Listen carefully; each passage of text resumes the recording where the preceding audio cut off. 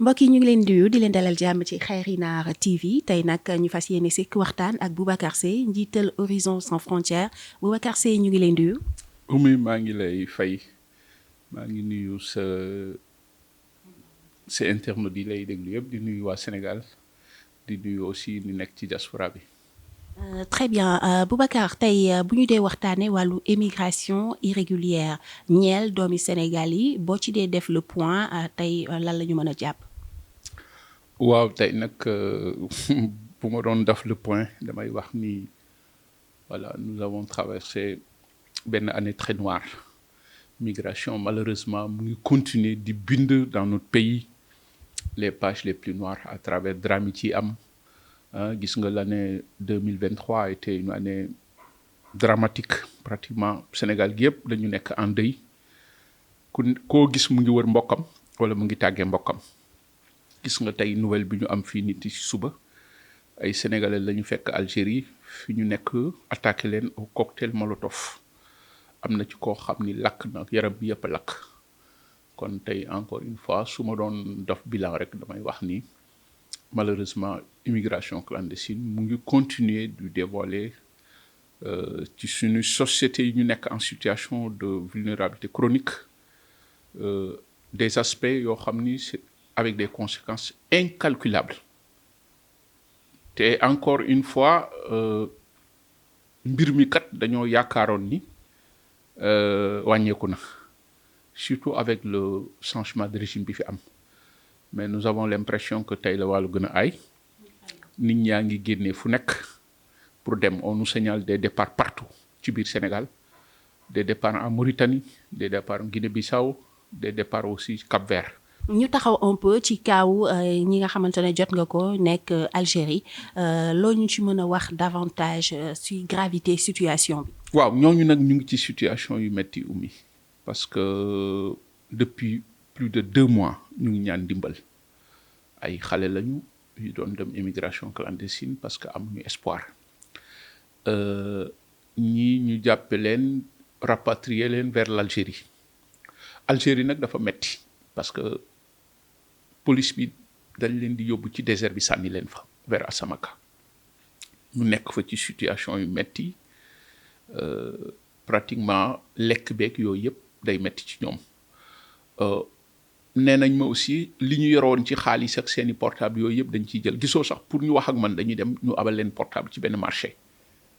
ñu yónnee am ay information delluwaat ñooñu nag seen situation metti na may ñaan particulièrement l'État du Sénégal mu dem jëli leen démb ak tey suba si guddi gi yëpp suba si yëpp ñu ñaan nañ leen dimbali ba balaa nu mu gën a gaawee rek ñu génne leen foofu waaw ki lakk nag c'est un jeune de Vélingara mais kooku moom dafa soxla assistance parce que nee nañ ma sax son pronostic vital est très engagé voilà loolu mooy situation bi am daal. da ngay faral di wax ne il faut une relecture des perspectives est-ce que yaakaar nga ne ak autorités yu yees yi mën nañoo àgg ci lu ni mel. waaw il faut vraiment ce qu'on appelle cette relecture des perspectives. Une révolution socio-culturelle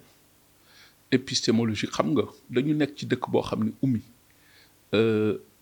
tukki mooy synonyme de réussir il faut que ñu xoolaat mbir yi il faut déconstruire pour reconstruire les mentalités il faut ñu tabaxaat nit ñi ci gëm yàlla parce que yàlla mooy maye ñu nag dëkk boo xam ni dañu jël le bien matériel teg ko au-dessus de l'être qui est l'incarnation des valeurs intrinsèques si aliénation lañ jëm parce que l'individu en tant que valeur exétute amatul li mu yore lu muy dawal loolu am ba nga xam ne ñun ñëpp on court vers le matériel loolu moo indi tey situation bi parce que nit ñi gëmatuñ ne seen avenir fii la nekk nit ñi gëmatuñ ne yàlla mooy maye loolu nag suñ ci jógul alors njaaxum yi rek lay indi ba tax na moom laay tuddee cette révolution socio-culturelle une relecture des perspectives tey li ko indi nag mooy le Sénégal dafa nekk wax naa ko léegi un pays à tradition migratoire ancienne il faut que ñu casser ces imaginaires migratoires là ba nga xam ni kat sénégalais yi dinañ xam ni non seulement doomu réew mi mooy tabax réew mi waaye nit tamit mu ngi réussir te génnul Sénégal tant que cassé wuñu loolu ces imaginaires migratoires yi mooy jur lii li koy indi nag tey ñu xoolaat nos pesanteurs socioculturelles parce que au-delà des causes économiques je pense que li ñu war a gën a attaquer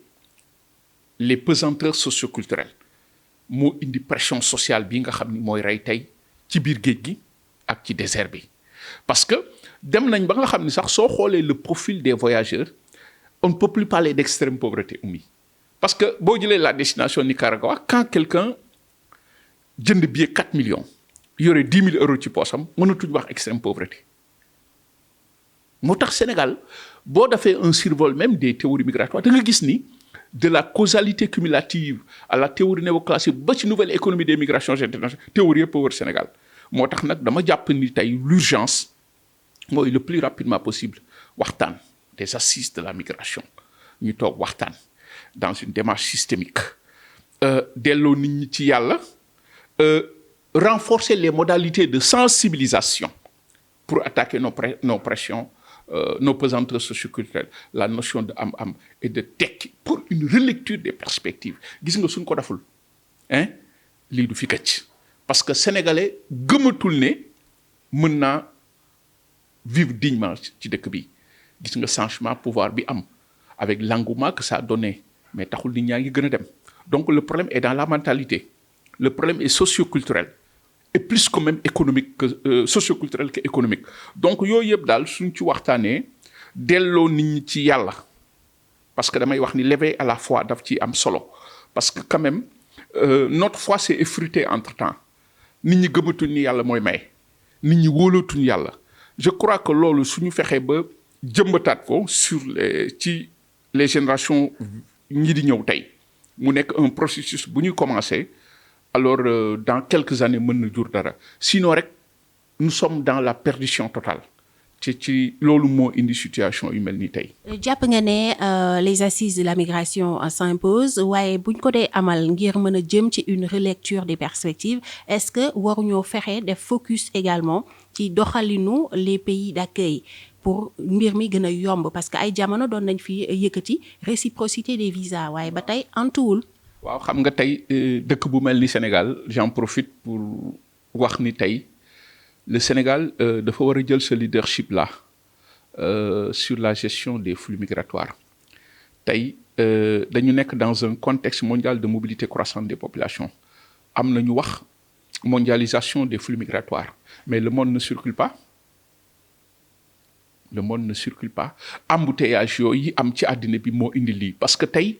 le mode de gestion est exclusivement réservé aux pays d'accueil ñoom ñooy dicter seen loi gis nga tey wax nga ko léegi la question des visas la question de la mobilité parce que Europe dañu dem ba nga xam ni dañu jël la migration comme marchandise électorale parce que les dirigeants européens dañu échoué sur leur idéologie classique tey on surfe sur l'islam et la migration bi nga xam ni dañ ko mettre au banc des accusés par une laïcité juridico-politique donc pour ñoom l'Europe est blanche et judéo-chrétienne l'islam parce que ñan ñoo posé problème ñun l'immigration extra-européenne l'islam parce que Europe dafa ragal d'être détrônée culturellement et socialement par l'islam loolu moo indi coow li ba nga xam ni tey alors après la chute du mur de Berlin amatul idéologie donc l'idéologie c'est les questions identitaires c'est les espaces de repli identitaires loolu nag foofu la Europe nekkee ci erreur africains yi bàyyi leen ci ñuy def lu leen neex ba nga xam ni tey moo jur lii parce que l'Afrique ne s'organise pas gis nga li am Algérie en Europe on ne peut pas imaginer ñu jàpp ay dans l'Europe des 27 ñu jàpp ay nit di leen toroxal loolu amul Europe alors comment en Afrique bi nga xam ni c'est une terre de mobilité ñu waroon ko organiser pour une libre circulation des biens et des personnes pour une architecture de paix et de sécurité entre les peuples lii di fi am tey kon tey le Sénégal dafa waroon le plus rapidement possible diligenter une conférence africaine sur la question ça permettra d'aborder problématiques yi nga wax yëpp de façon systémique la libre circulation les questions de le paradoxe libéral parce que tey coow li yëpp foofu la nekk le paradoxe libéral mooy tout ce qui est bon économiquement ñu ne c'est dangereux pour des raisons sécuritaires gis nga l'Europe dafa ni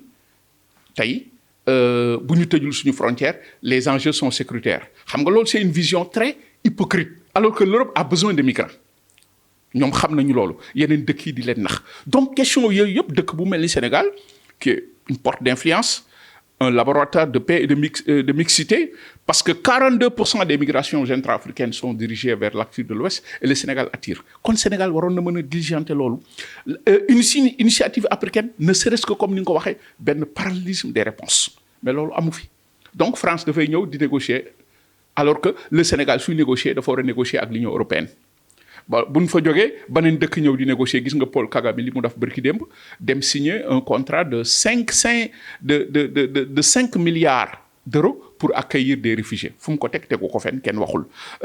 Mélanie mu ngi externaliser dina dem Tunisie dina dem feneen donc foofu la ñu mujj tey parce que Afrique moo organisé wul moo harmonisé wul sa position maintenant nag li may ñaax ces autorités là ñu xam ni Sénégal c'est un grand pays porte d'influence la. Alors ñoom bu ñu jëlee ce leadership là je crois que lii ma la wax ni suñ ko tegee dina nekk yokkute pour le Sénégal et yokkute aussi pour l'Afrique d'autant plus qu'aussi Sénégal dafay dugg dans une nouvelle ère avec la découverte des hydrocarbures il y aura dumping migratoire gis nga Sénégal dégg nga fi temps yi ay waxu étranger ak yooyu ñu naan ñii ay lii lañu ñii ay lële lañu loolu mën na ñàkk dëkk bu mel ni Sénégal bien que le Sénégal au chapitre des migrations économiques chaque pays est souverain le Sénégal su ko neexee mu définir des quotes d'entrée mais Sénégal su légiférer teg une bonne politique migratoire dina sàmmam doomam yi nekk bitim réew dina sàmm la gestion des flux migratoires ci dëkkam dina aussi pousser l'Afrique alors pour que ñu harmoniser seen position pour faire face aux défis de la mondialisation parce que tey l'un des éléments essentiels de la géopolitique mondiale mooy migration ci moo yore àddina tey kon suñ ko organiser yokkute rek lay nekk fii ci biir Sénégal ak ci bitim réew. Très bien Boubacar Seye Khayri Nar TV ngi lay jaajëfal. Oumou maa ngi lay remercier pour invitation bi di la ñaanal aussi sa chaîne bi sa télévision bi. yàlla na yàlla yaa xam li nga ci bëgg yàlla na ko yàlla defaral. Boubacar Seye njiital Horizon Sans Frontières. Merci beaucoup mesdames et messieurs c'était tout pour cet entretien à Khayri Nar TV di leen dikk ay daje ci ay yeneen i jamono jaajëf.